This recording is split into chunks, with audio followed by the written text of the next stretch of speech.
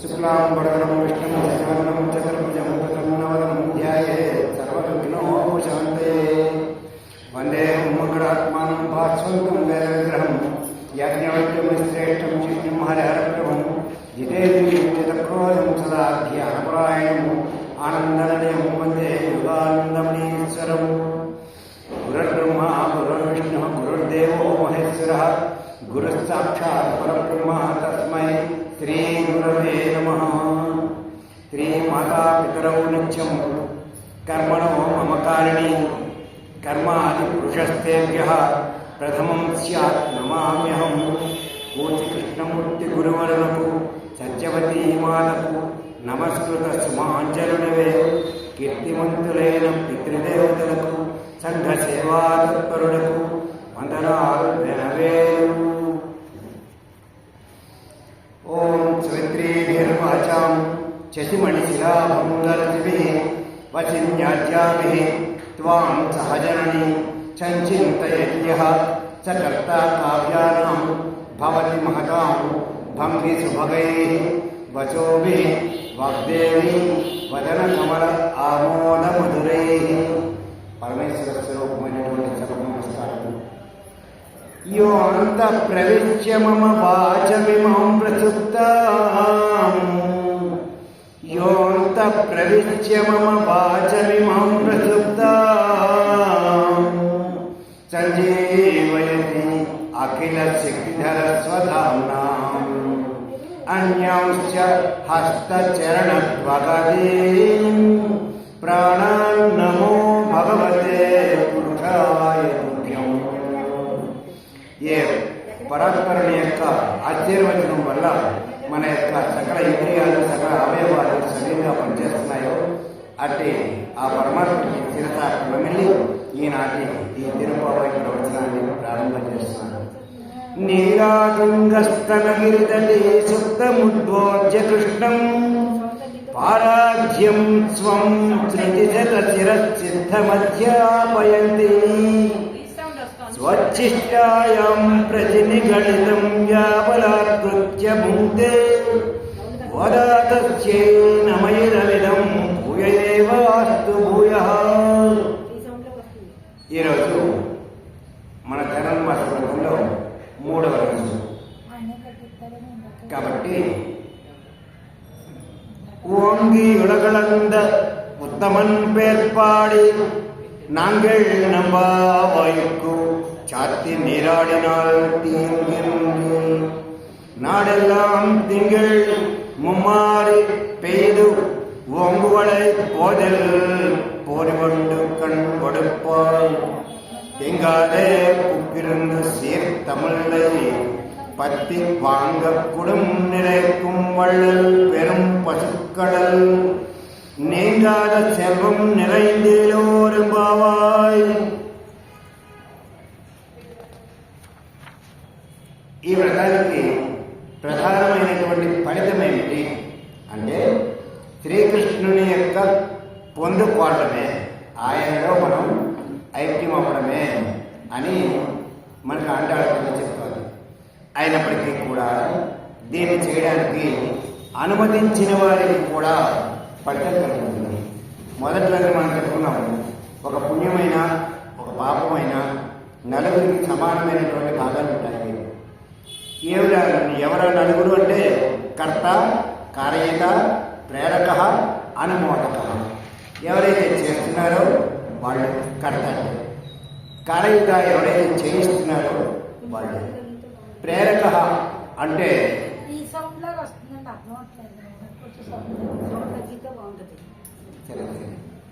కొంచెం వెనక్కి జరిపితే సరిపోతుంది.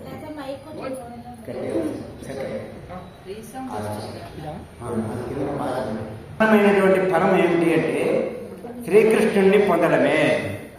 అయినప్పటికీ దీన్ని చేయడానికి అనుమతించినటువంటి వారికి కూడా దీని యొక్క ఫలితం కలుగుతుంది అని అంటాడు. మనకు చెప్తాడు.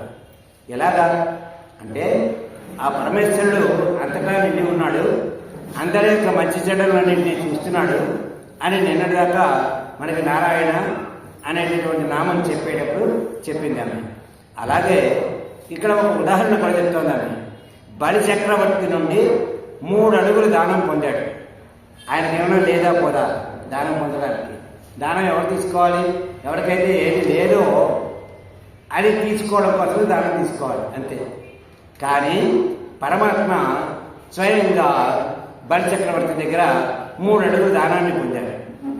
అయితే అలా పొందినటువంటి శ్రీకృష్ణ పరమాత్మ అత్యంత ఆనందాన్ని పొంది, నాకు కాబట్టి పలానా వాడు 3 అడుగులు దానం ఇచ్చాడు అని ఆనందపడిపోయాడు.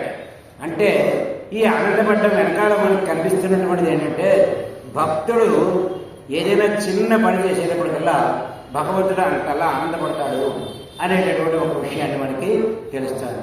అలా ఆనందపడినటువంటి వాడు ఏం చేశాక, సాధారణంగా ఆనందం వస్తే కొంచెం శరీరం లాగలుగుతుంది. అలాగే పరమేశ్వరుడికి కూడా తన శరీరం అంతా పెరిగిపోయింది. ఆకాశం అంతా ఎత్తికి ఎదిగిపోయి 3 లోకాలని కొలిచేస్తున్నాడు. 3 అడుగులు. నా భక్తుడు ఏం చేస్తున్నాడు అనే ఆనందంలో కొలుచుకున్నాడు. ఎంత కొలుచుకుంటున్నాడో ఆయనకే తెలియనటువంటి పరిస్థితిలో కొలిచాడు. ఆ పరమానందమూర్తి అయినటువంటి ఆ పాదాలు ఏవైతే 3 పాదాలు ఉన్నాయో ఆ 3 పాదాలని కూడా మనం ఈ ధనుర్మాస వ్రతం చేసేటటువంటి వాళ్ళు ప్రత్యేకంగా ఈ మార్గళి స్నానం చేసిన తర్వాత ఆ పాదాలని మనం తలుచుకోవాలి, వాటిని పదాలుగా పాడుకోవాలి, కీర్తించుకోవాలి. అప్పుడే స్వామి మన యొక్క ఆర్తిని వింటాడు అని ఇక్కడ ఆండాళ్ళ తల్లి మనకు చెప్తాడు. అలా కనుక చేస్తే మనకు వచ్చే లాభం ఏమిటి అంటే, ఆ పరమేశ్వరుడిని కనుక మనం కీర్తించినట్లయితే ఎప్పటికీ దుర్భిక్షం అంటే కరువు అనేటటువంటి ఎప్పటికీ కలగదు అని చెప్తాడు. ఎలాగా? ప్రతి నెలలోనూ 3 వర్షాలు కురుస్తాయి. వర్షాల కొనలో ఉన్న పంటలన్నీ బాగా పండుతాయి. ఆ పంటలన్నీ ఎంత ఏపుగా పెరుగుతాయంటే, పరమేశ్వరుడు బలి చక్రవర్తి దగ్గరకు వచ్చి చిన్న పిల్లవాడిగా వచ్చి 3 అడుగులు దానం పుచ్చుకున్న తర్వాత ఆకాశం అంతా ఎత్తుకి ఎలాగైతే ఎదిగాడో పంటలు అలా ఎదుగుతాయట వర్షానికి. మొదటి పాత్రలో కూడా మనకి ఈ పంటల గురించి చెప్పింది. అలాగా త్రివిక్రముడు ఎలాగైతే పెద్దగా అయ్యాడో ఆ విధంగా ఈ పంటలన్నీ కూడా బాగా ఏపుగా పెరుగుతాయి అని చెప్పేసి చెప్తారు. పెరిగితే ఏమిటి లాభం అంటే, మొక్క బాగా పెరిగిన కొద్దీ ఇచ్చేటటువంటి ఫలాలు ఎక్కువ ఉంటాయి. దానికి కొమ్మలు రెమ్మలు వచ్చి వాటి ద్వారా మనకి ఇచ్చేటటువంటి ప్రతిఫలం ఎక్కువగా ఇస్తుంది. అలా ఇవ్వడం వల్ల కేవలం కొంతమంది మాత్రమే దాని యొక్క ప్రయోజనాన్ని పొందకుండా అందరూ కూడా ప్రయోజనాన్ని పొందేటటువంటి అవకాశం మనకి కలుగుతుంది.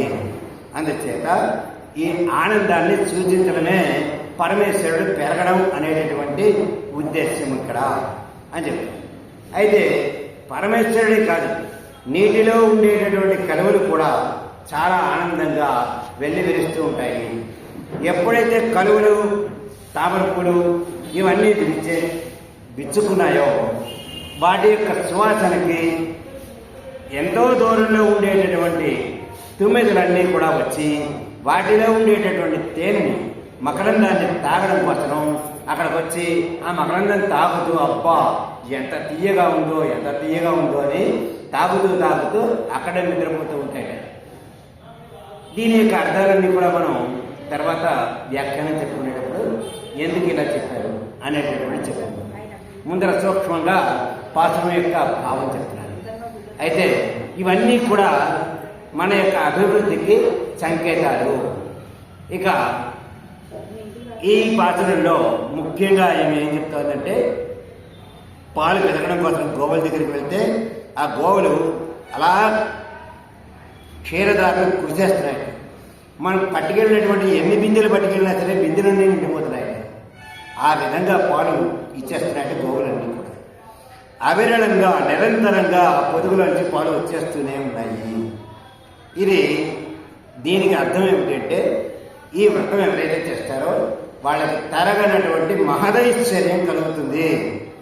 దానితో వాళ్ళ యొక్క కీర్తి లోకమంతా కూడా నిండిపోతుంది. అందుచేత ఈ వ్రతాన్ని చేద్దాం రండి అని సఖులందరినీ పిలుస్తోంది గోదాదేవి. అయితే ఈ ధనుర్మాసం ఎంతో శుభప్రదమైనది. వాళ్ళకి చెప్తారు, వచ్చిన వాళ్ళందరికీ చాలా మంచిది. దీన్ని ఆచరించడం వల్ల ఈ వ్రతాన్ని ఆచరించిన వాళ్ళకే కాకుండా ఈ వ్రతాన్ని ఆచరించమని చెప్పినటువంటి వాళ్ళకి అందరికీ కూడా సమానమైనటువంటి ఫలితం వస్తుంది. అంతేకాకుండా ఈ లోకంలో వ్రతం ఆచరించడం వల్ల మనకు పుణ్యం వస్తుంది.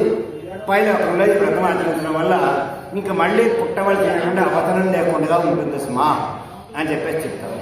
కాబట్టి ఇక్కడ మనం ఎవరినైతే పరమాత్మ అంటున్నామో ఆ పరమాత్మ పిలిస్తే పలికేటటువంటి వాడు కాబట్టి ఆయన్ని పరమాత్మ అని పిలుస్తున్నాము.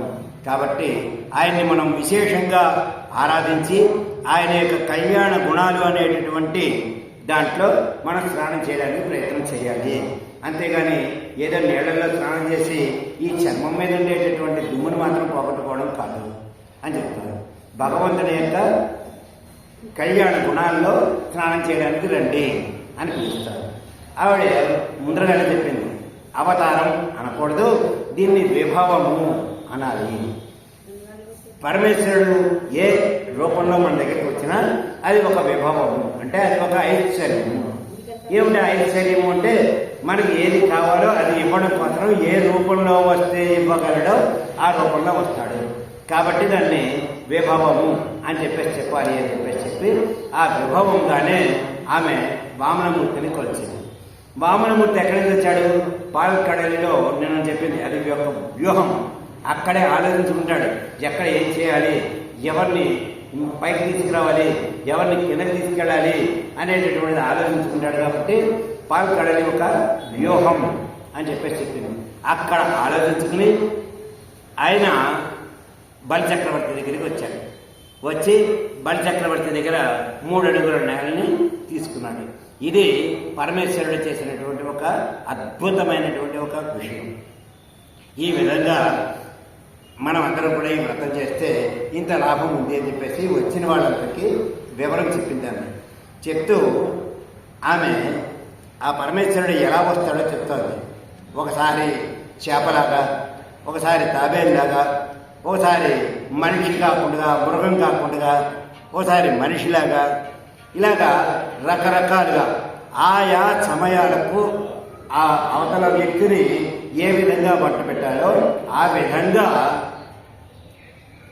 ఆ రూపంతో ఆయన ఈ భూలోకంలోకి వస్తున్నాడు.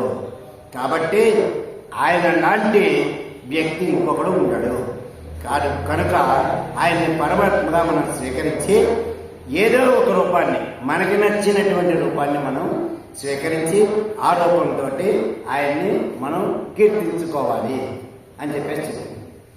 అయితే ఈ పాత్ర యొక్క వివరాలు ఎలా ఉన్నాయో చూద్దాం. ఓంగి అని మొదలుపెట్టింది పాత్రం. ఓంగి అంటే ఏమిటి? పెరిగాడు అని. ఒడగలందా కొలిచాడు, పెరిగాడు, కొలిచాడు. ఉత్తమన్ పేర్పాడి, పరమాత్మ నామాన్ని పాడుదాం అని చెప్పేసి చెప్తారు. నామమే చాలా గొప్పది. భగవంతుడి గొప్పవాడా, నామం గొప్పదా అంటే నామమే గొప్పది భగవంతుడి కంటే. ఎక్కడ తెలుస్తుంది అంటే రాముడికి ఆంజనేయుడికి మాట వచ్చినప్పుడు ఇక్కడ ఆంజనేయుడే నెగ్గినట్టుగా చెప్తూ ఉంటారు. ఎందుకు వచ్చింది మాట అంటే యయాతి అనేటటువంటి ఒక మహారాజు చిన్న తప్పు చేయడం వల్ల రాముడికి కోపం వచ్చి ఈ యయాతిని నేను ఏమైనా సరే చంపేస్తాను అని చెప్పేసి చెప్తాడు. అప్పుడు ఆ విషయాన్ని నారదుడు జయాతి చెప్తాడు, నిన్ను నీ రామచంద్రుడే చంపేస్తాడయ్యా. అదేమిటి, నేను ఆయన పరమ భక్తుడు కదా, నన్ను ఆయన చంపేయడమేంటి, భక్తుల్ని రక్షించాలి కానీ భక్తుల్ని చంపేస్తాడా ఆయన దేవుడు అని అన్నాడు. అంటే మరి ఏమో, నేను విన్నటువంటి విషయం నీకు చెప్పాను, నేను వెళ్ళేస్తాను. బాబు నువ్వు నాకు చెప్పేవారైతే నేను ఎలాగ బ్రతకాలి, ఈ ఆపద నుంచి ఎలా బయటపడాలి అది నాకు చెప్పద్దు అని అడిగాడు. అంటే నువ్వు ఆంజనేయుడి దగ్గరికి వెళ్ళాలి, వెళ్ళడంతో నన్ను రక్షించు అంటూ వెళ్ళు. నేను రక్షించాను అన్న తర్వాత మాత్రమే విషయం చెప్పు అని చెప్పాడు. చూసారా, నారదుడు అంటే అర్థం ఏంటి? నారా అంటే జ్ఞానము, దా అంటే ఇచ్చేవాడు. ఏ జ్ఞానం అయితే మన దగ్గర లేదో ఆ జ్ఞానాన్ని ఇచ్చేవాడు. ఈ విషయం తెలియక అందరూ ఏమనుకుంటారంటే వీడు ఒకడికి లింకులు పెట్టేస్తుంటాడు అని అనుకుంటారు. సినిమా చూసిన తర్వాత మనకు వచ్చినటువంటి అభిప్రాయాలు అలా ఉంటాయి. సినిమాల్లో రకరకాలైనటువంటి పేర్లు పెడతారు. కానీ ఆయన కేవలం లోకోపకారం కోసమే ఆయన యొక్క పోర్ట్ఫోలియో ఉంది. ఎవరు అహంకారం పెరుగుతుందో వాళ్ళ అహంకారాన్ని ఏ రకంగా వాళ్ళని దూరం చేయాలో, వాళ్ళని వాళ్ళుగా ఎలా గుర్తించేలా చేయాలో అవన్నీ చూస్తాడు నారదుడు. కాబట్టి ఆ నారదుడు ఏమనంటే, నన్ను రక్షించు రక్షించు రక్షించు అని చెప్పేసి పెడితే, నిన్ను రక్షిస్తానయ్యా, నీకు వచ్చిన ఆపద ఏమిటని అడుగుతాడు. అప్పుడు నువ్వు చెప్పాడు. అలాగే జరిగింది. ఇదిగో రాముడు నన్ను చంపేస్తానన్నాడు. అయ్యి ఏమిటి, నా రాముడు నిన్ను చంపేస్తానంటే నా దగ్గరికి వచ్చావా, ముందర ఎందుకు చెప్పలేదు? నా ప్రాణభీతి అటువంటిది అందుకని నేను చెప్పలేదు. సరే, ఇప్పుడు ఇంతకీ నువ్వు నన్ను రక్షిస్తావా రక్షించవా?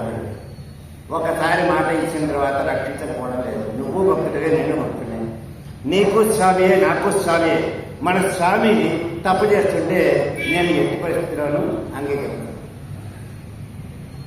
అని ఆ రాముడితోటి యుద్ధం చేయడానికి సిద్ధపడిపోయాడు.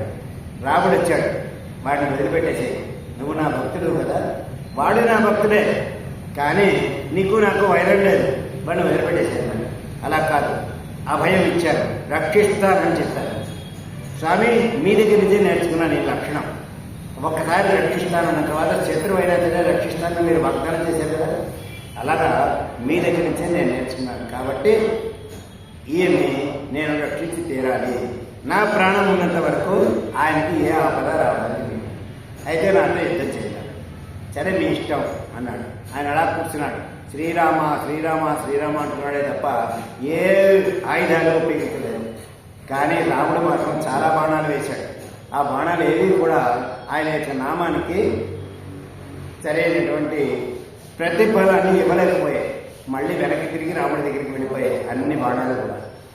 అప్పుడు రాముడు తెలుసుకున్నాడు, నాకంటే నా నామం ఇంత గొప్పదన్నమాట అని. ఆంజనేయ, నువ్వే నెగ్గావయ్యా, నీ యొక్క భక్తికి మెచ్చాను, సరే అతన్ని క్షమిస్తున్నాను అని చెప్పేసి చెప్పడంతో ఆంజనేయ స్వామి ఆ ఏయాటిని మళ్ళీ శ్రీరాముడికి అప్పగించాడు. ఎప్పుడైతే క్షమిస్తున్నాను అన్నాడో, అందుచేత భగవంతుడి కంటే కూడా భగవంతుని యొక్క నామం చాలా గొప్పది. కాబట్టి మనం అందరం నాలుక మనకు ఎదిగించారు అంటే భగవంతుడి యొక్క నామాన్ని పలకమని ఇచ్చారు. అలా కనుక ఎవరైతే పలకలేదో వాళ్ళకి నాలుక ఉన్నా ఒకటే లేకపోయినా ఒకటే అని చెప్పేసి ఆండాళ్ళ తల్లి ఇందులో చెప్తారు. అందుకని మీరందరూ కూడా నాలుక ఉన్నందుకు సార్థకత ఏర్పాటు చేసుకోండి. దానికి సార్థకం కావాలి అంటే ఆ పరమేశ్వరుడి యొక్క నామాన్ని మనం చక్కగా కీర్తించాలి అని చెప్తారు. అందుచేత ఇక్కడ మనకి పెరిగాడు అంటే ఒక్కసారిగా పెరిగి ఆయన లోకాలన్నింటినీ కొలిచాడు. ఆ పెరగడం కూడా బలిచక్రవర్తి దగ్గర ఉన్నటువంటి వాడు. ఒక పాదం బలిచక్రవర్తి దగ్గర ఉంది, రెండో పాదం తీసుకెళ్ళి పెరిగి పెరిగి పెరిగి పెరిగి ఆకాశంలో పెట్టాడు. ఇక్కడ ఉండేటటువంటి పాదాన్ని బలిచక్రవర్తి కడిగాడు, కానీ రెండో పాదం ఇక్కడ లేదు. పైకి వెళ్ళిపోయేటప్పటికల్లా పైన బ్రహ్మగారు కడిగారు. కడిగితే అక్కడ బ్రహ్మగారు కడిగినటువంటి ఆ పాదం నీరు, ఇక్కడ బలిచక్రవర్తి కడిగినటువంటి ఈ పాదం నీరు ఒక్కసారి భూమిని తాకాయి. అందుచేత అంతటి మహనీయుడు మన పరమాత్మ. కాబట్టి జాగ్రత్తగా ఆ పరమాత్మ యొక్క లక్షణాలను, దివ్య లక్షణాలను మనం కీర్తించి మనం ఇందులో మంచి ఆయన యొక్క భగవద్ వ్యాప్తిని మనం చూద్దాము అని చెప్పేసి చెప్తారు. అయితే ఏమంటే అంత పెద్దగా పెరిగాడంటే ఎలా పెరిగిపోతాడండి అంటే, మనకి భగవద్గీత మొదట్లో అర్జునుడికి విశ్వరూపం చూపించాడు. అప్పుడు ఆయన యొక్క పరిస్థితి ఎలా ఉంది? సహస్ర శీర్ష పురుష అన్నారు. అంటే ఎన్నో తలకాయలు ఉన్నాయి. ఈ తలకాయలన్నీ ఏవి అంటే మనమే, మనందరూ ఆయనలోనే ఉన్నాం. నిన్నటి పాత్రలో చూపించారు. కాబట్టి మనం అందరం ఆయనలో ఉన్నాం. కాబట్టి ఒక్కొక్క తలకాయకి ఒక్కొక్క రకమైనటువంటి ఆలోచనలు ఉన్నాయి మనకి. అలాగే ఆయన కూడా అన్నిటితోటి అన్ని రకాలుగాను ఆలోచిస్తూ మొత్తం ఈ ప్రపంచాన్ని నడుపుతున్నాడు. కాబట్టి అటువంటి పరమాత్మని మనం ఒక్కసారిగా ఆయన్ని కీర్తించుకుని ఆయన దగ్గరికి వెళ్ళడానికి ప్రయత్నం చేద్దాము అని చెప్పేసి చెప్తారు. అంతేకాదు అలా కీర్తించడం వల్ల మనకేమిటి లాభం అంటే మనం ఏ కర్మలైతే చేస్తున్నామో ఆ కర్మల్లో ఏది చేయకూడనటువంటి పని ఉందో ఆ పని చెయ్యకుండా ఆయన మనకి బుద్ధి ప్రచోదనం చేస్తాడు. ఇది మంచి పని కాదు, ఇది మంచి పని అని ఎప్పుడైతే తెలిసిందో కానిటువంటి పనిని వదిలిపెట్టేస్తాం, చెయ్యాలనుకున్నటువంటి మంచి పనిని మాత్రమే చేస్తాం. ఇది దీనికి పేరు ఏమిటి పెట్టారంటే సంస్కారం అని పెట్టారు. ఈ సంస్కారాన్ని మనకి కలగజేస్తున్నాడు పరమాత్మ. ఎప్పుడైతే మనకి సంస్కారం వచ్చిందో మంచి పనులు మాత్రమే చేస్తాం. అలా మంచి పనులు ఎప్పుడైతే చేయడం మొదలుపెట్టామో మనకి పరమాత్మకి దగ్గర అయ్యేటటువంటి మార్గం ఏర్పడుతుంది అని చెప్పేసి ఆమె చెప్తారు. అయితే మరి ఒక కాలేమో కింద బలిచక్రవర్తి దగ్గర ఉంది కదా, రెండో కాలేమో ఆకాశంలో పెట్టాడు అన్నారు కదా, మరి 3 అడుగులకి 3వ అడుగు ఎక్కడ పెట్టారు అని మనకి అందరికీ అనుమానం రావచ్చు కదా.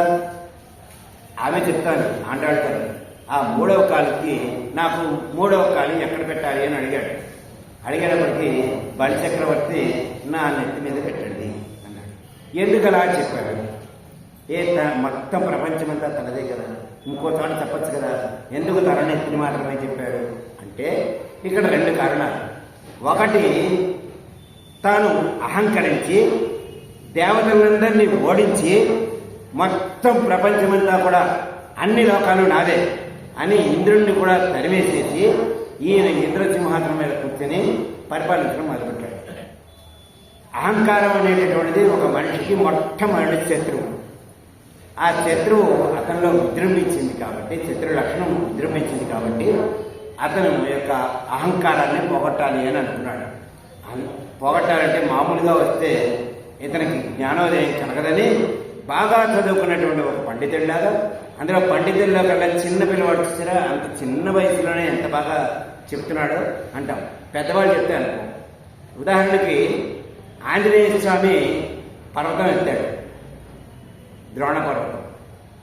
దాని మీద సంజీవి కోసం పట్టుకొచ్చాడు. అందరూ ఏమంటారు, సంజీవి పర్వతం తీసుకొచ్చాడు. సంజీవి పర్వతం కాదు, అది ద్రోణ పర్వతం.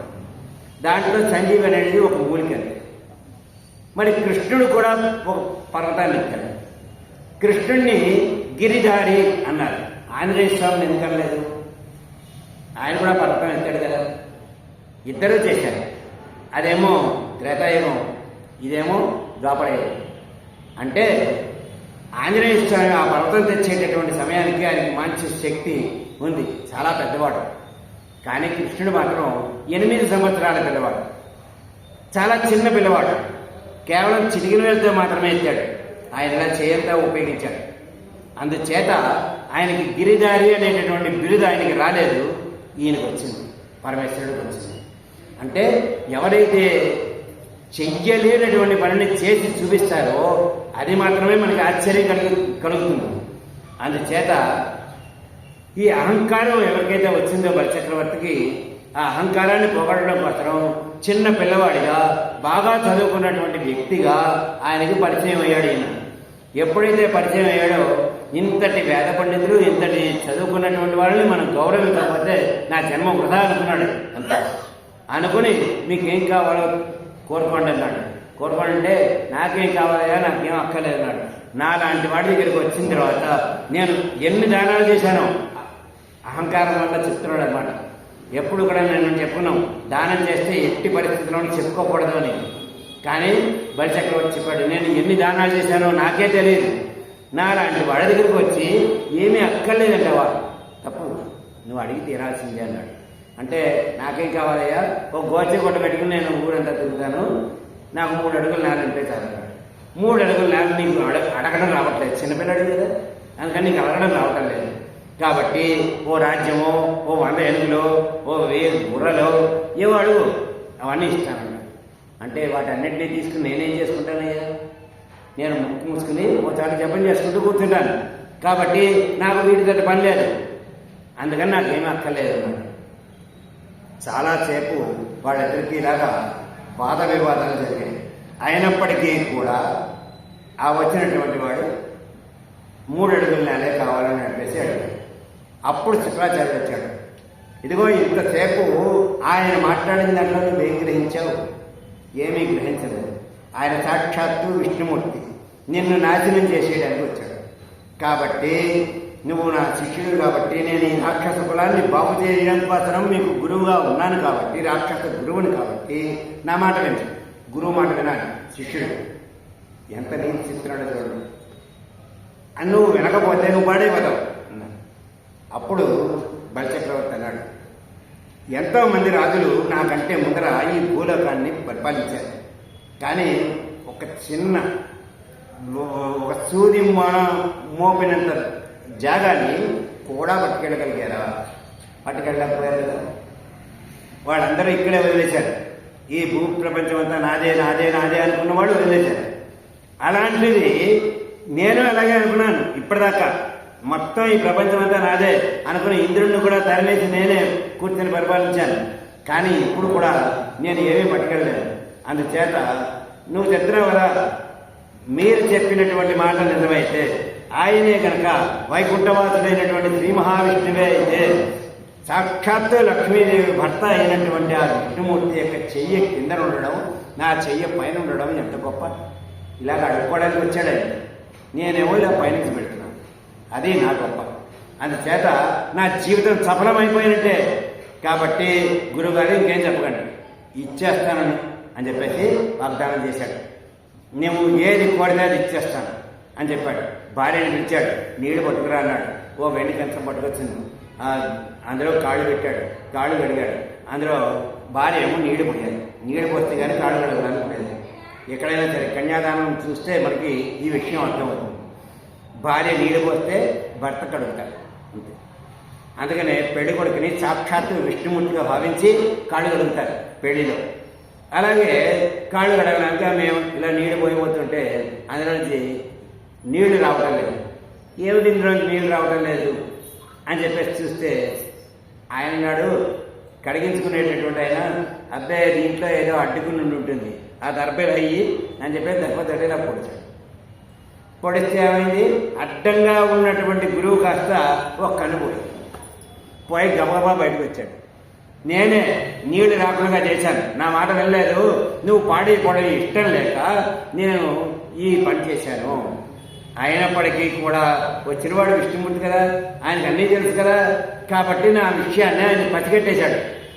ఇదిగో నా కన్ను పోయింది నాడు. అప్పటి నుంచి ఆయనకి ఏకాక్షి ఒకటే కన్ను శుక్రాచార్యుడు వారికి.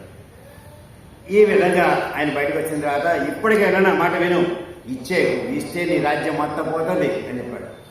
అప్పటికీ కూడా బలిచక్రవర్తి ఏమన్నాడంటే, గురుగారండి ఒకసారి ఇస్తానన్నటువంటిది కనుక ఇవ్వకపోతే నేను నరకానికి పోవడం కాదు, నా పూర్వీకులు కూడా నరకానికి పోతారు. కాబట్టి ఆ పని చేయడం నాకు ఇష్టం లేదు. కాబట్టి ఏది ఎలా జరిగినా సరే, నేను పూర్తిగా నాశనం అయిపోయినా సరే ఇది ఇస్తానన్నటువంటిది ఖచ్చితంగా ఇచ్చి తీరుతాను అని చెప్పాడు. ఇది బలిచక్రవర్తి యొక్క విషయం. అంచేత ఆ బలిచక్రవర్తి అలాగ అన్నాడు కాబట్టి ఆయనకి ఈ విష్ణుమూర్తి రక్షకుడుగా ఏర్పడి రసాతలం అనేటటువంటి ఒక లోకాన్ని ఆయనకిచ్చి ఇది పరిపాలించుకో అన్నాడు. ఆయన అన్నాడు, ఎంతకాలం ఉండాలి? ఎంతకాలం ఏమిటి, నువ్వు చిరంజీవి, నువ్వు చేసినటువంటి దానాలు ఇంకా అంత కాదు, చాలా గొప్ప గొప్ప దానాలు చేశావు. నాకు ఇచ్చినటువంటి దానం నీదైనటువంటిది ఎంత ఇస్తున్నానో తెలియకుండా ఇచ్చేసావు. కాబట్టి నువ్వు చిరంజీవిగా ఉంటావు, ఎప్పటికీ నీకు మరణం లేదు అని చెప్పాడు. ఆయన అన్నాడు, ఎప్పటికీ మరణం లేకపోతే నాకెందుకయ్యా ఈ జీవితం వృధా. అందుచేత నువ్వు ఇవాళ ఉంటావు, రేపు మళ్ళీ వెళ్ళిపోతావు. అందుచేత ఎట్టి పరిస్థితులను నువ్వు నా దగ్గరే ఉండాలి, నా రాజ్యాన్ని జాగ్రత్తగా కాపలాకాయి అని బలిచక్రవర్తి విష్ణుమూర్తికి ఒక పోర్ట్ఫోలియో ఇచ్చాడు, సెక్యూరిటీ పోస్ట్ ఇచ్చాడు. ఇచ్చేటప్పటికి భక్తుడు కదా మరి, అందుచేత అలాగే అని ఆ వైకుంఠవాసుడు ఒక రూపంతో ఆ రసాతలంలో బలిచక్రవర్తి యొక్క రాజ్యాన్ని ఇప్పటికీ కూడా చక్కగా కాపలా కాస్తూ ఉన్నాడు. బలిచక్రవర్తి రసాతలాన్ని పాలిస్తున్నాడు. అయితే ఇంతటిదాన్ని నా కోరిక తీరిపోలేదు. నేను పరిపాలించినంతకాలం ఈ భూమండలం అంతా కూడా చక్కగా అందంగా ఉండేది. అలాంటి పరిస్థితిని నేను అప్పుడప్పుడు వచ్చి చూసుకునేటటువంటి అవకాశం ఇయ్యాను.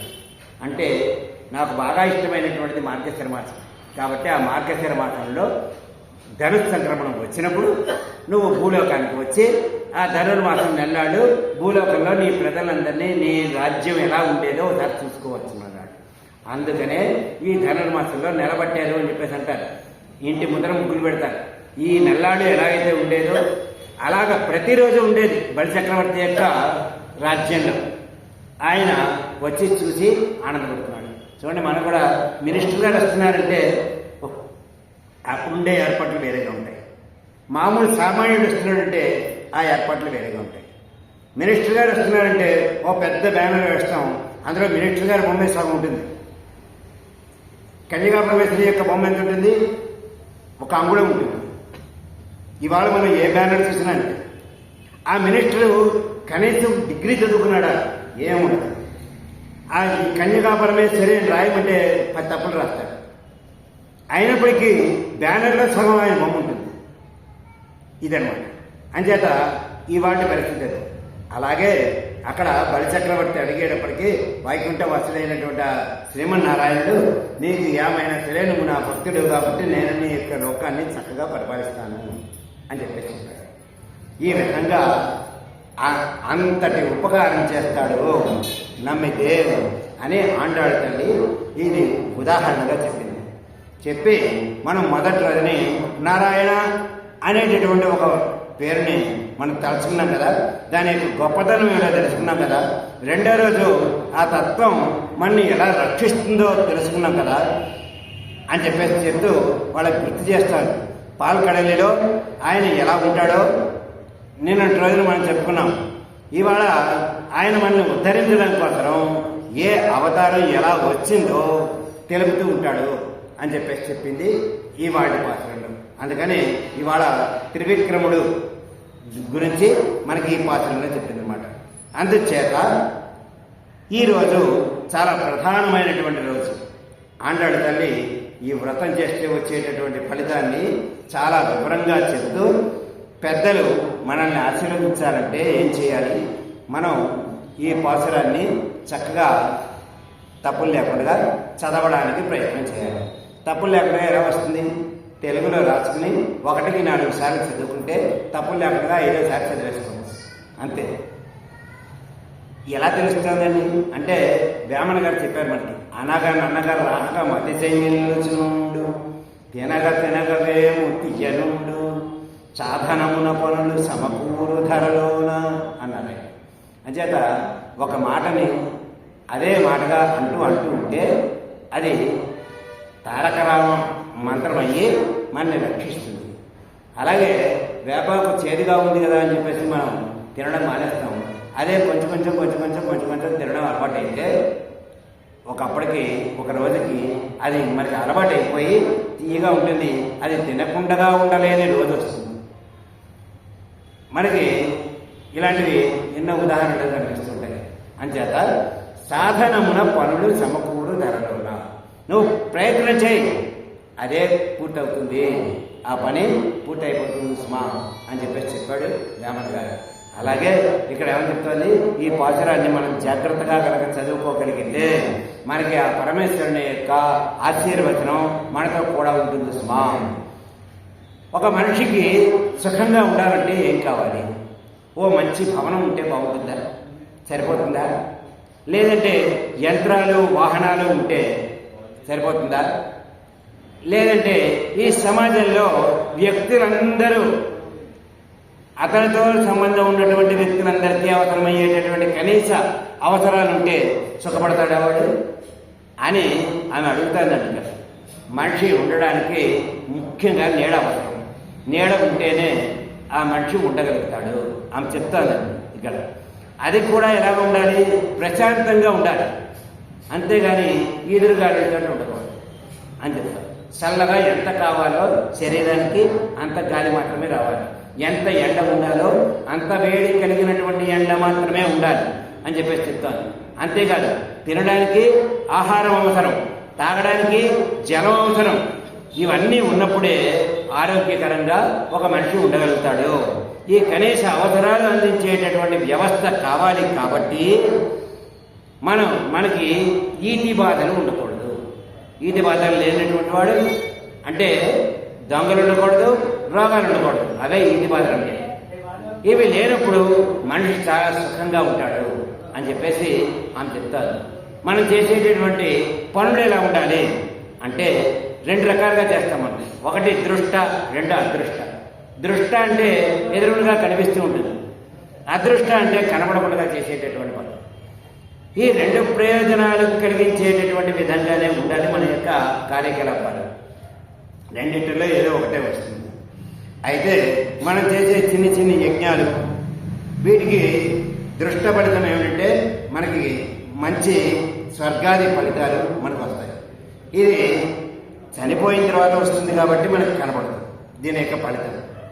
అలా కాకుండా దృష్ట ఫలితం మనకు కావాలి అనుకుంటే అది ఎలా ఉంటుంది అంటే, మనం అనుభవించేటప్పుడు ఓ మంచి పని చేస్తే మీరు చేసినటువంటి దానికి నాకు ఇంత లాభం వచ్చింది కాబట్టి ఇందులో ఈ కొంత భాగం మీరు తీసుకోండి అని డబ్బు ఇచ్చాడు. ఇది దృష్ట ఫలితం. అంటే మనం చేసినటువంటి ఫలితానికి డబ్బు రూపంలో మనకి ఫలితం కనిపించింది. అలాగే మనం మంచిగా ఉండడం వల్ల మన యొక్క సంతానం మన యొక్క మాట వింటున్నారు. ఇది దృష్ట ఫలితం.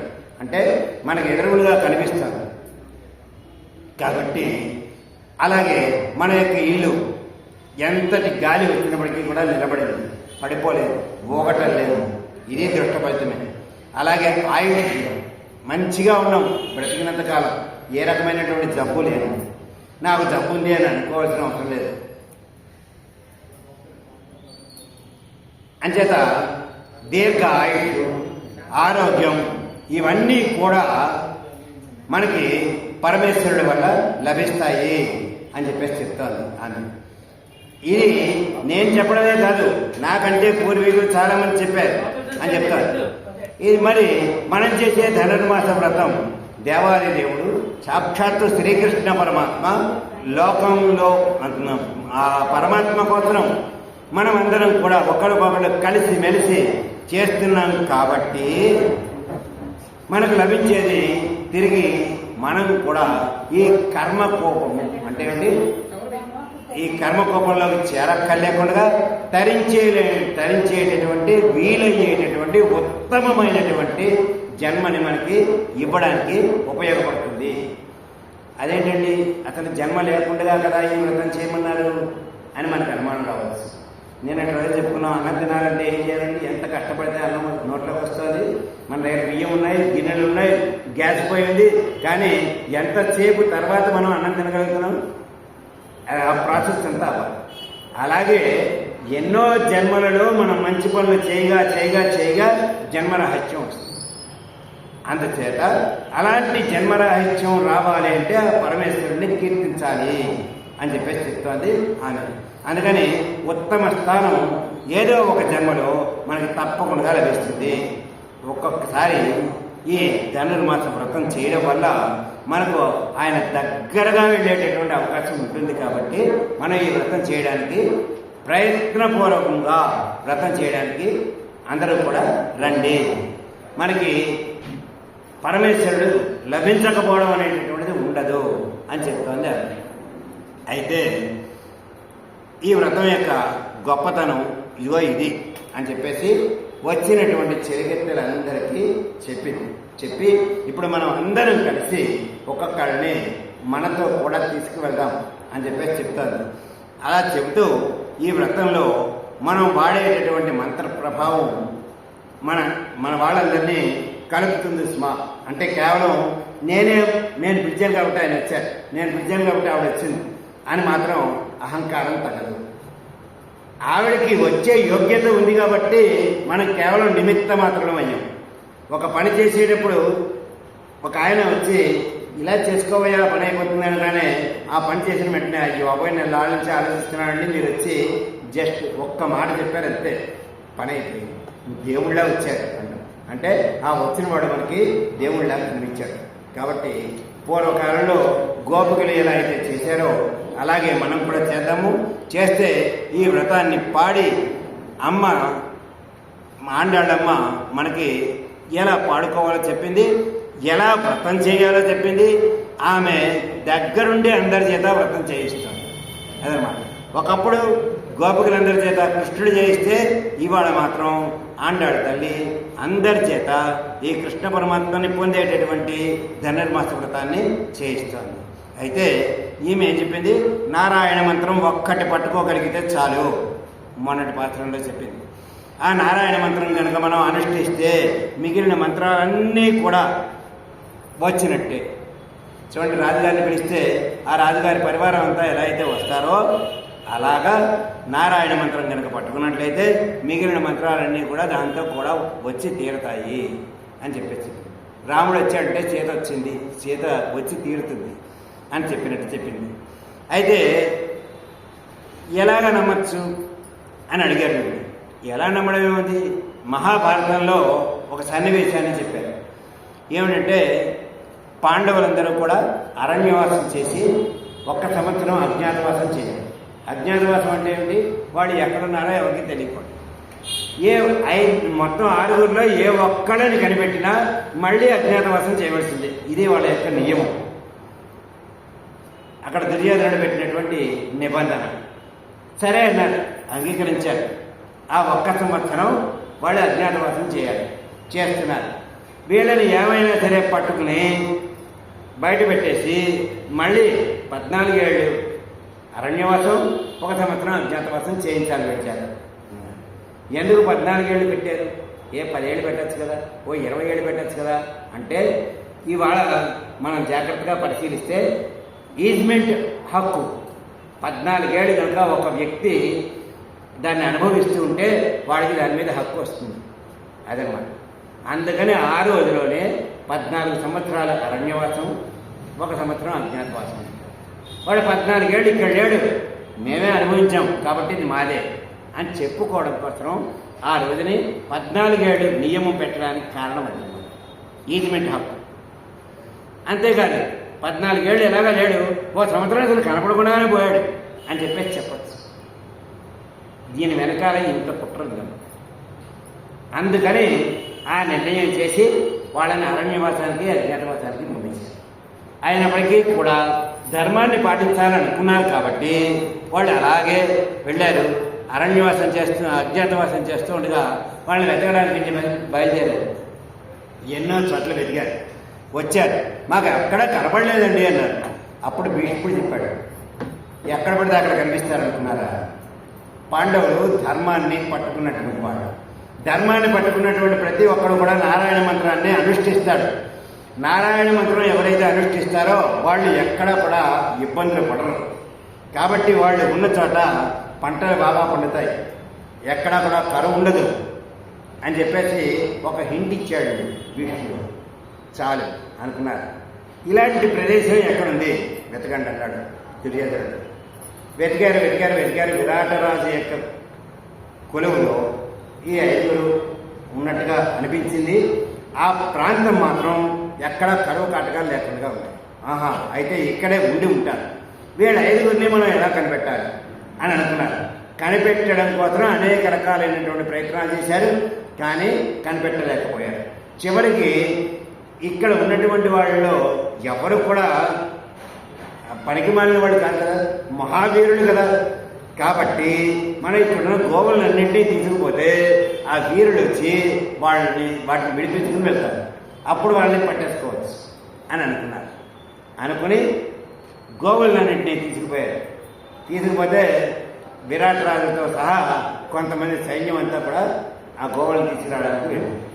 రెండో వైపు నుంచి కొంతమంది ఉత్తర గోగ్రహణం, కొంతమంది దక్షిణ గోగ్రహణం, కొంతమంది అంటే ఇటువైపు నుంచి కొంతమంది, అటువైపు నుంచి కొంతమంది, అటువైపు ఉన్నటువంటి ఆవులను అటువైపు తీసుకెళ్ళారు. ఇప్పుడు ముఖ్యమైనటువంటి వీరులందరూ ఇటువైపు వెళ్ళిపోయారు.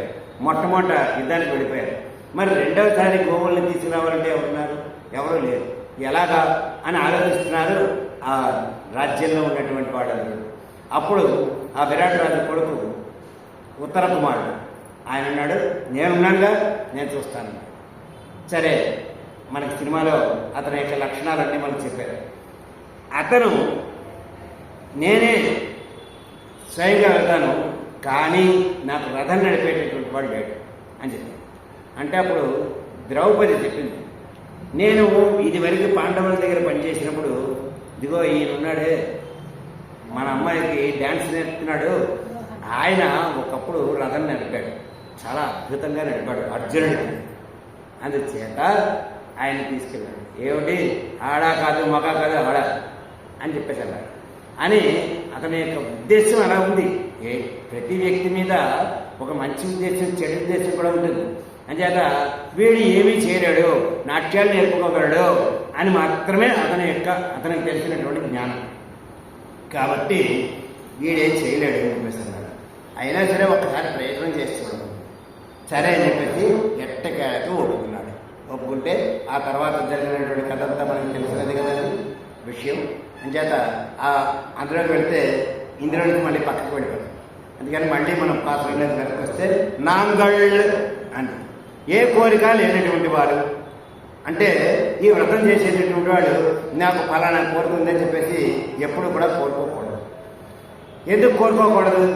మనకి ఏది కావాలో అది ఆయనే ఇస్తాడు కాబట్టి. అందుకని కోరిక లేకుండా చేసుకోవాలి. నిష్కామ కర్మ అంటారు కదా. అంతేకాదు నంపావైకు ఈ లోకమంతా చుట్టించాలి అని పరమేశ్వరుడి యొక్క ఆయన యొక్క అభిప్రాయం. అందుచేత ఆయన ఈ లోకం ఎలా సుఖంగా ఉంటుంది అని అనుకుని దానికి తగినటువంటి రూపంతో ఇక్కడ అవతారం పొంది ఆయన ఇక్కడ ధర్మాన్ని నిలబెట్టడానికి చూస్తూ ఉంటాడు. అందుకని నువ్వు ప్రత్యేకించి కోరిక కోరవలసిన పని లేదు అని చెప్తున్నారు. చాతిని ఆడినాల్ ఈ వ్రతం మొక్క పెట్టుకుని స్నానం చేసినా చాలు, నేను ధనుర్మాస వ్రతం చేస్తున్నాను అని పొద్దున్నే స్నానం చేశాడు. ఆ తర్వాత ఇంకేం లేదు, అంతే స్నానం ఒకటే చేశాడు. అయినప్పటికీ కూడా నీకు ఫలితం వస్తుంది సుమా. అంటే ఒక వ్రతంలో ఎన్ని నియమాలు అయితే ఉన్నాయో ఆ నియమాల్లో ఒక్క నియమాన్ని పాటించినా కూడా వాళ్ళకి ఆ వ్రతం యొక్క ఫలితం వస్తుంది అని ఈ వాక్యం మనకి చెప్పడం కోసం. అంటే కనీసం ఒక్కటైనా చేస్తారు అనే ఉద్దేశంతో ఆండాళ్ళ తల్లి ఈ మాటను చెప్పిందన్నమాట. అందుకని స్నానం చేసినా చాలు నీకు ఈ వ్రతం చేసినటువంటి ఫలితం అంతా వస్తుందా అని చెప్పేసి చెప్తాను. ఎందుకు అలా వస్తుంది స్నానం చేస్తేను అని మళ్ళీ అడుగుతారేమో. మనం కోరేది శ్రీకృష్ణుని యొక్క పాదసేవ, అంతేగాని ఇంకేమీ కోరటం లేదు. అందుచేత ఆ సేవ మనకు లభిస్తుంది, పరమేశ్వరుడి దగ్గరికి వెళ్ళడం జరుగుతుంది. మరి లోకం మొత్తం ఎలా ఈ ఫలితాన్ని పొందుతుంది అంటే ఇదిగో స్నానం చేస్తే చాలు ఆ కృష్ణుడిని పొందేటటువంటి అవకాశం కలుగుతుంది అని చెప్పేసి.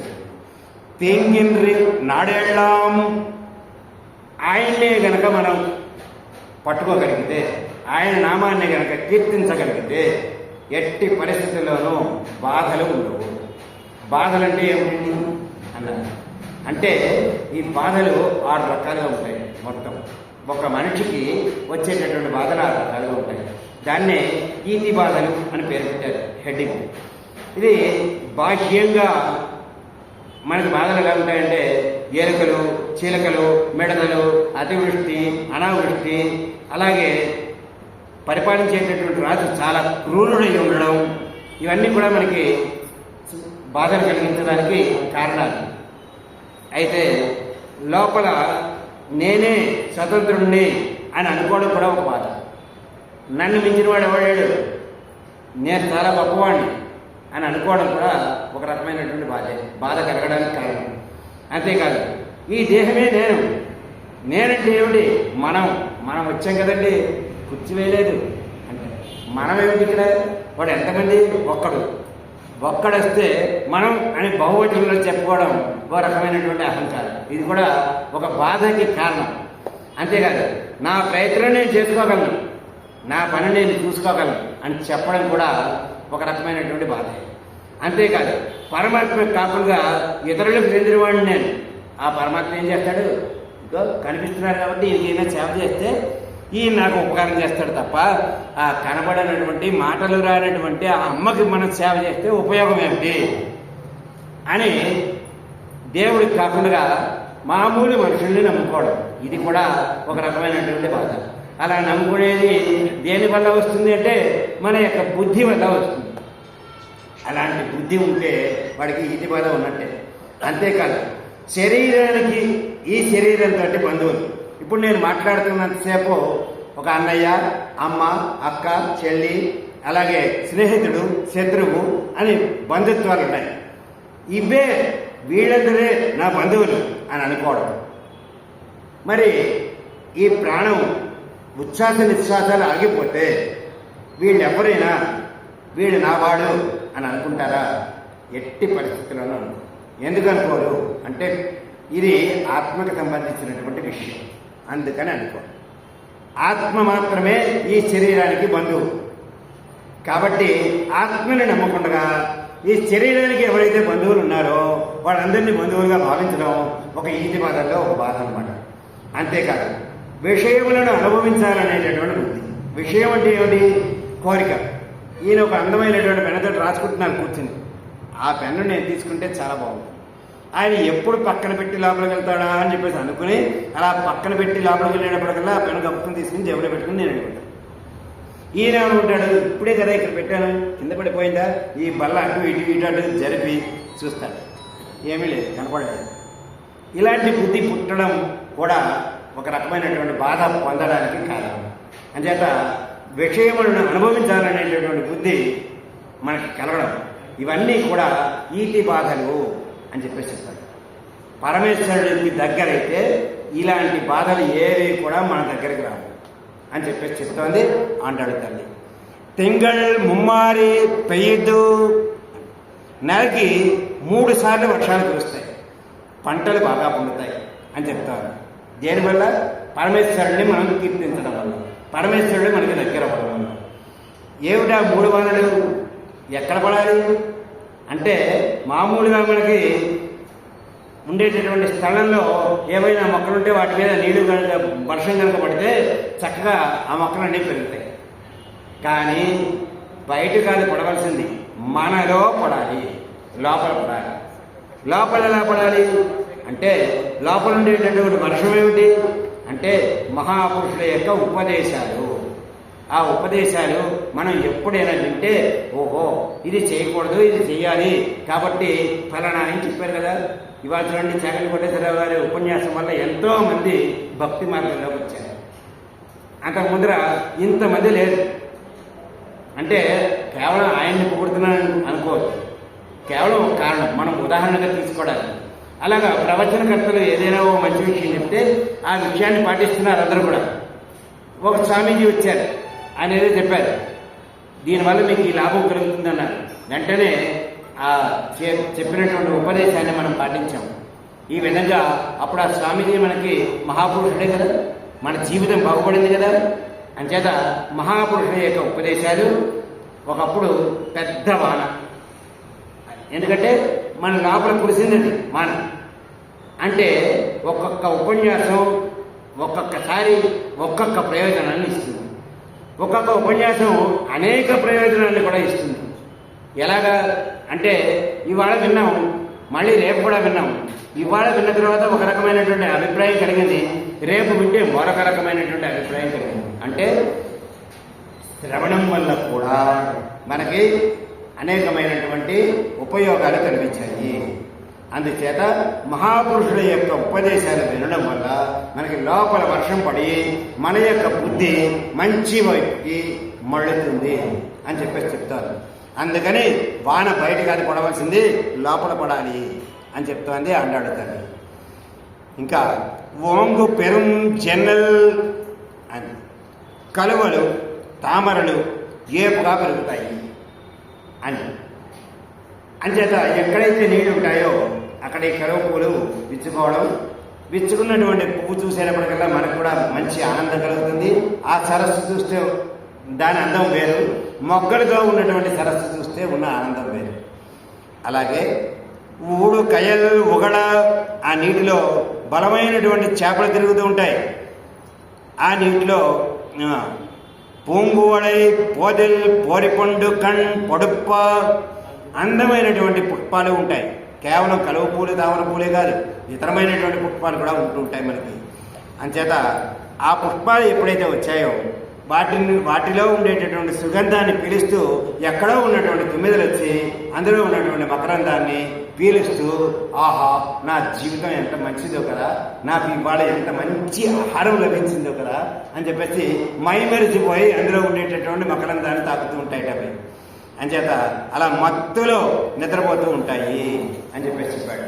అయితే ఎక్కడ జరగాలి ఈ విషయం? సరస్సులో జరగాల. సరస్సులో జరిగితే మనకేమిటి ఉపయోగం? తామర పూలకేను ఆ తుమ్మెదలకే ఉపయోగం, మనకేమీ ఉపయోగం లేదు. కానీ మనలో ఇది జరగాలి. అలా మనలో జరగాలంటే ఏం చేయాలి అంటే ఆత్మ అనేటటువంటి బీజం మన శరీరం అనేటటువంటి క్షేత్రంలో భగవంతుడు నాటాడు ముందర ఫస్ట్. అలా నాటిన తర్వాత దీనికి విత్తనం మనకు ఎత్తాలంటే ఏం కావాలి? నీళ్ళు కావాలి ఫస్ట్. అంతేకాదు దీంట్లో ఎప్పుడైతే నీళ్లు పోసారో అందులో ఉండేటటువంటి కలువ పూలు బాగా విచ్చుకుంటాయి. కలువ పూలు అంటే ఏమిటి? మన యొక్క హృదయం. ఆ హృదయం బాగా విచ్చుకుని ఏది మంచో ఏది చెడో తెలుసుకుని అందరితోటి మంచిగా మాట్లాడడం అనేటటువంటి జరుగుతుంది.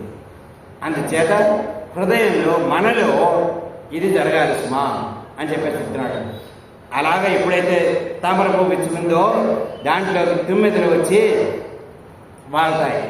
అవి లోపల ఉండేటువంటి మకరందాన్ని తింటాయి.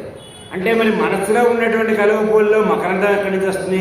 తుమ్మెదలు ఎక్కడి నుంచి వస్తాయి ఈ మనస్సుకి? అంటే మనకి ఏ కోరికలైతే పనికిరానివో అవన్నీ తుమ్మెదలతోటి పోల్చారు. నల్లగా ఉండేటటువంటివి కాబట్టి అవి పనికిరానటువంటివి. అవి వచ్చి నిన్ను పాడు చేస్తాయి, నీలో ఉండేటటువంటి మకరందాన్ని కాస్త తాగేస్తాయి. కాబట్టి నువ్వు అలాగా పనికిరానటువంటి విషయాల జోలికి వెళ్ళకు అని చెప్తాను అన్నమాట. సరే, ఎంత గూఢార్థం ఉందో ఆండాళ్ళ తల్లి మనకి ఈ వ్రతం చేయడం వల్ల ఇంత లాభం అని చెప్పేసి చెప్తాను. అది అంతేత ఈ ఆత్మ సస్యం అంటే ఏమిటి? పంట. ఇది భగవంతునికి అభిముఖంగా పెరగాలి.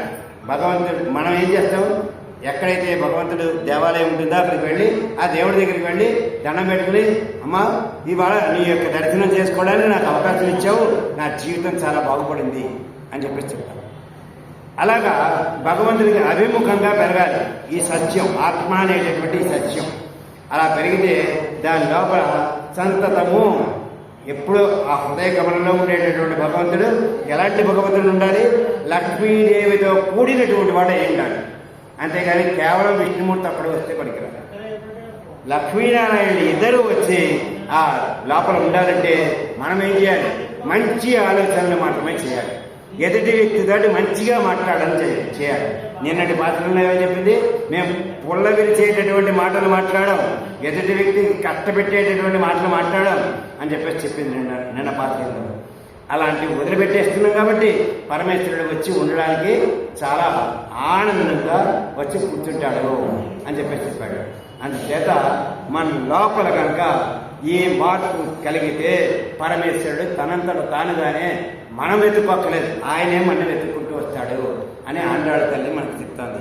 ఇంకా ఏం చెప్తోంది అంటే, தெங்காரே புக்கிருந்து சீத்த முளை பத்தி வாங்கக்கூடும் நிறைக்கும் పళ్ళల్ పెరుం పశుక్கள். పశువులన్నీ కూడా అంటే ఆవులు, గేదెలు ఇవన్నీ కూడా మనం ఏ పాత్ర అయితే పట్టుకెళ్ళామో ఆ పాత్రని దాటి పాలు ఇచ్చేస్తున్నాయి. అంటే పాత్ర సరిపోవట్లేదు, పాత్ర చిన్నదైపోయింది, పాలు ఎక్కువ ఇచ్చేస్తున్నాయి, కింద కారిపోతున్నాయి. ఇంకో పాత్ర తెచ్చినా సరే ఆ పాత్ర కూడా నిండిపోతుంది. ఏమిటిది? ఎందుకు ఇలా జరిగింది అంటే దీన్ని కూడా అంతర్ముఖంగా ఆలోచించాలి అని చెప్తుంది ఆండాళ్ళ తల్లి. ఎలాగ అంతర్ముఖంగా ఆలోచించాలి అంటే, జ్ఞానులైనటువంటి మహాపురుషులందరూ కూడా మనకి జ్ఞానాన్ని ప్రదానం చేస్తున్నారు.